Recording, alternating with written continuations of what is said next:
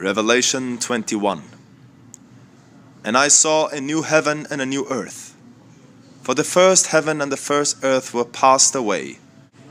And I, John, saw the holy city, New Jerusalem, coming down from God out of heaven. And the city lieth foursquare, and the length is as large as the breadth.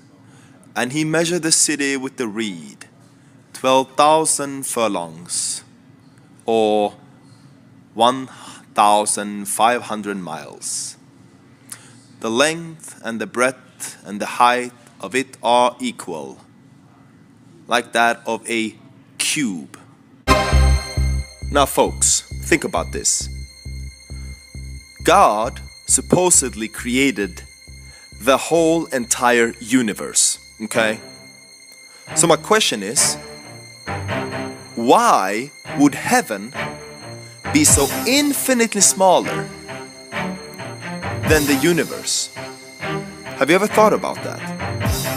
God created the whole infinite universe, but his heaven is so infinitely smaller than his universe.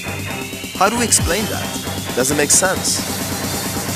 The only way to explain this is that God is not God at all. He's the demiurge. He is not the God who created this universe. That's a lie. If this was the God who created the universe, his so-called heaven wouldn't be so infinitely smaller than his universe. What do I believe? I believe that this so-called New Jerusalem or heaven is a mothership, a psychic battery who wants souls. It's a giant soul collector, a giant solar psychic battery. And the souls that are captured in this cube are used for the purposes of the demiurge to expand his power and influence over the universe. The psychic energy of the souls being held captive into this cube are being used for the purposes of Jehovah to expand his power and influence over the universe. This is what I explain in my homepage. For more, go to www.ascendedmastersexposed.com. Thank you. Hi, I am Lord Zion, and it is now time for me to reveal our great plan.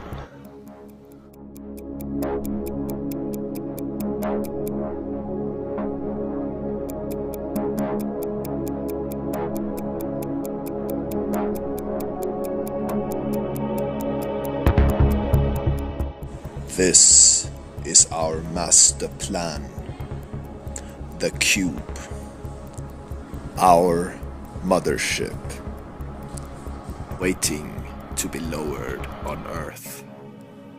This cube is a collector of souls, a giant psychic battery, you might say.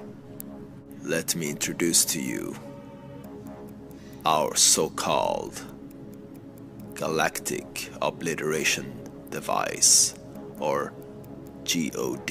New Jerusalem. We have been lowering this cube on many planets to their demise. This cube was created by our reptilian overlord, Lord Zion, also known as Jehovah. The function of this cube is to collect souls. The more souls that are being collected in this cube, the greater the power of this psychic battery will become. The energies of the souls being collected are being used by our master Zion to expand his power and influence over the universes. The souls are being used for the purposes of Master Zion as he sees fits. Now how this works goes something like this. Master Zion projects a thought form into the cube. The thought form then draws on the energies of the souls being held captive, so the thought form can take shape according to the will of Master Zion, or the will of the One. The souls that are being captive will have no individuality left, and no emotions either for that matter, for to have emotions requires soul energy. And since your soul energy is now redirected and used by Master Zion, bring me the cosmic cube. I so command. At last, it's mine. The ultimate power. Power which can convert thought waves into material action.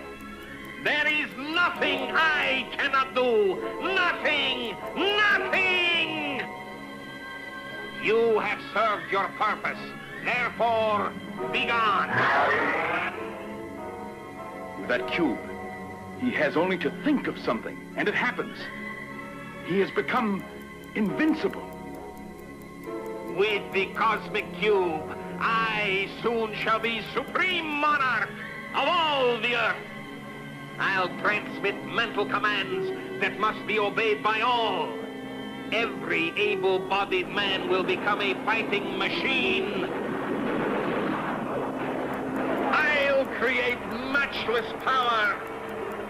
Power enough to carve a new intergalactic empire to the furthest reaches of space.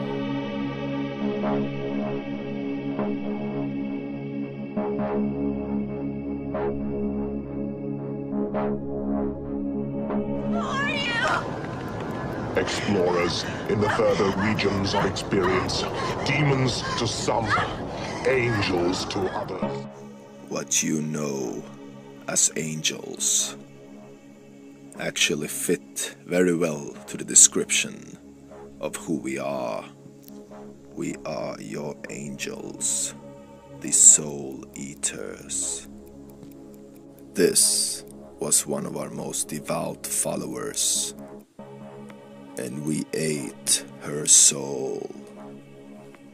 And for this, she had to go through 50 years of inner darkness, 50 years of the dark night of the soul, which is not really the dark night of the soul.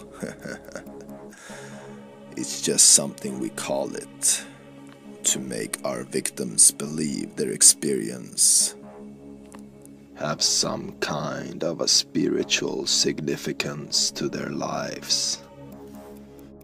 Anybody who is connected to us will have this experience sooner or later, for we will eat your souls.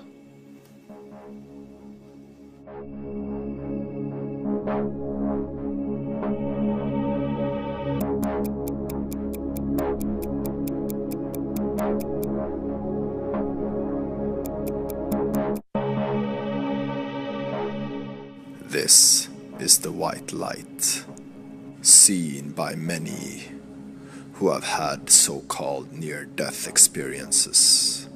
This is the light we project upon all newly deceased human beings, to fool them into entering our mothership.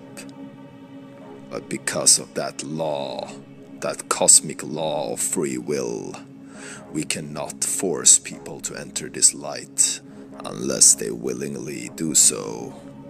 So how do we manipulate people into willingly entering this light upon death? One great tactic we use to fool people into entering the light is through the use of love.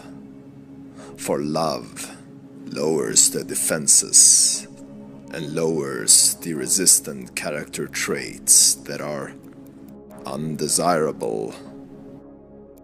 We often project an image of the dead person's dead relatives or family members that greet them upon their arrival to this light, to make it more desirable to enter. I don't care. I'd rather be here in spirit than not at all. A captain doesn't abandon ship. Every hour you stay here makes it that much more difficult to leave. Why are you pushing me? I've made up my mind. I'm staying here. The cortical stimulator is working. I'm getting a weak pulse. She's coming back. I'll use cordrazine along with the stimulator. What was that? What happened? What do you mean? I saw Tuvok and Chakotay and the doctor. Here? No, it was different, as though I were looking up at them. An hallucination like the others. Oh, it didn't feel like the others. I didn't see myself. I was looking up at them. That's the real me, isn't it? Lying on the ground on that planet, dying. And this is the hallucination. This isn't real. More denial. You're only making it harder on yourself. You're trying very hard to convince me to come with you. Why is that? If what you're saying is true, why not let me come to the decision on my own? I'm trying to spare you unnecessary pain. My father would never act like this. He always believed I had to learn my own lessons, make my own mistakes. He never tried to shield me from life. Why would he try to shield me from death? You're not my father. I could be imagining you, but I don't think so. You have such a specific agenda. You're determined that I go with you somewhere. Who are you? I'm trying to help you. Stop fighting me. Are you an alien being of some kind? Is that it? Her eyes are open. Vital signs are responding. Blood pressure 60/30. But the entity is still inhabiting her cerebral cortex, impeding your treatment. Catherine, hang on. We're bringing you back. Just fight a little longer. Direct synaptic stimulation might drive out the alien presence. I was right. I heard Tuvok and Chakotay and the doctor. You're an alien. You've created all these hallucinations, haven't you? This is what my species does. At the moment just before death, one of us comes to help you understand what's happening, to make the crossing over an occasion of joy. And what is that? Our matrix, where your consciousness will live. I was being truthful when I said it was a place of wonder. It can be whatever you want it to be. Then why didn't you tell me this from the beginning? Why pretend to be my father? Usually people are comforted to see their loved ones. It makes the crossing over a much less fearful occasion. I've done this many times, but I've never encountered someone so resistant. Something's happening. The alien presence is getting stronger again. Fight it, Catherine. Fight it just a little longer. I'll have to try a Thoron pulse. My people are telling me to fight. They're trying to save me. They're trying out of desperation. It's hopeless. You're the one who sounds desperate. I don't get the feeling you're trying to make me comfortable. You're only interested in my agreeing to come with you. Because it's inevitable. And you don't strike me as any kind of good Samaritan. You're more like a vulture, preying on people at the moment of their death when they're most vulnerable. I've waited for you. I've been patient. But your patience is wearing thin. What's the real reason you want me in that matrix? Somehow I don't think it has anything to do with everlasting joy. You must go with me. If you could force me to go, you'd have done it already. You need me to agree, don't you? I have to go voluntarily. Wouldn't that be better than standing here in this endless debate? Let me tell you this. We can stand here for all eternity, and I will never choose to go with you. You're in a dangerous profession, Captain. You face death every day. There'll be another time, and I'll be waiting. Eventually, you'll come into my matrix. And you will nourish me for a long, long time. Go back to hell, coward.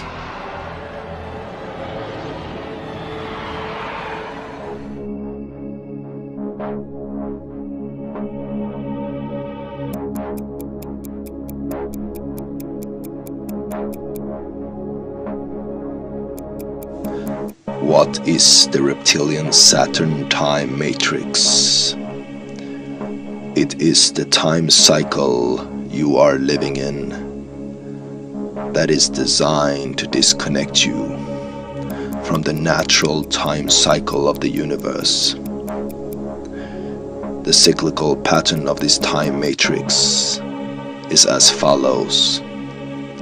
60 seconds, 60 minutes, and 24, 2 plus 4 hours. This is the 666 time matrix. In other words, the 666 time cycle you live in is out of tune with the natural time cycle of the universe. And as long as you are in tune with this time matrix of ours, your consciousness is connected to the false overlay matrix of the demiurge and the Elohim, also known as the White Cube or New Jerusalem. The matrix of the White Cube is the world of the demiurge, and it is a giant psychic battery soul harvester. The more your consciousness is in tune with this time cycle, the more you are connected to this false overlay matrix of the demiurge and disconnected from the natural matrix of the universe and the cosmos.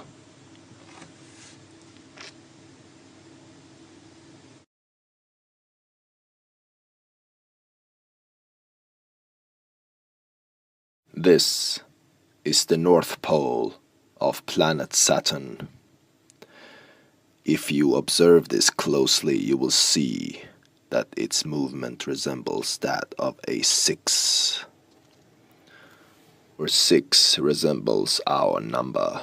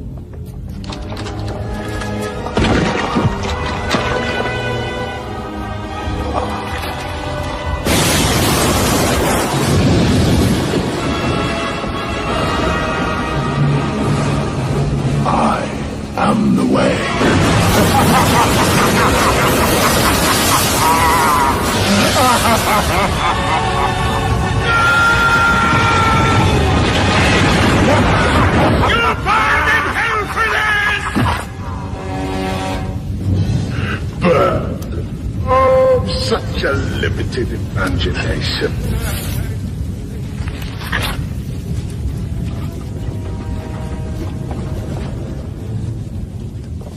This is my body. This is my blood. Happy are they who come to my supper.